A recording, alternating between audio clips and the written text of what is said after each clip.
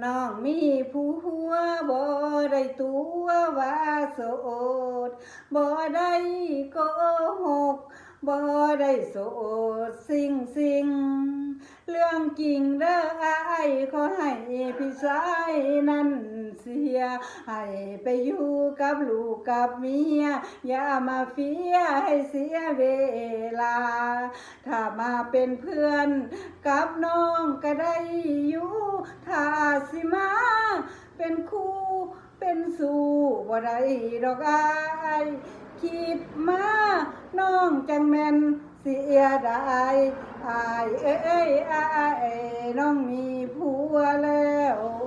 อย่ามาแซวให้เสียเวลาน้องบ่มีวาสนานำพาเป็นแฟนกับอายบุญของน้องนี่มันบ่หลายขอให้พี่ชายจงโชคดีส่วนตัวน้องนี้ก็มีผัวแล้ว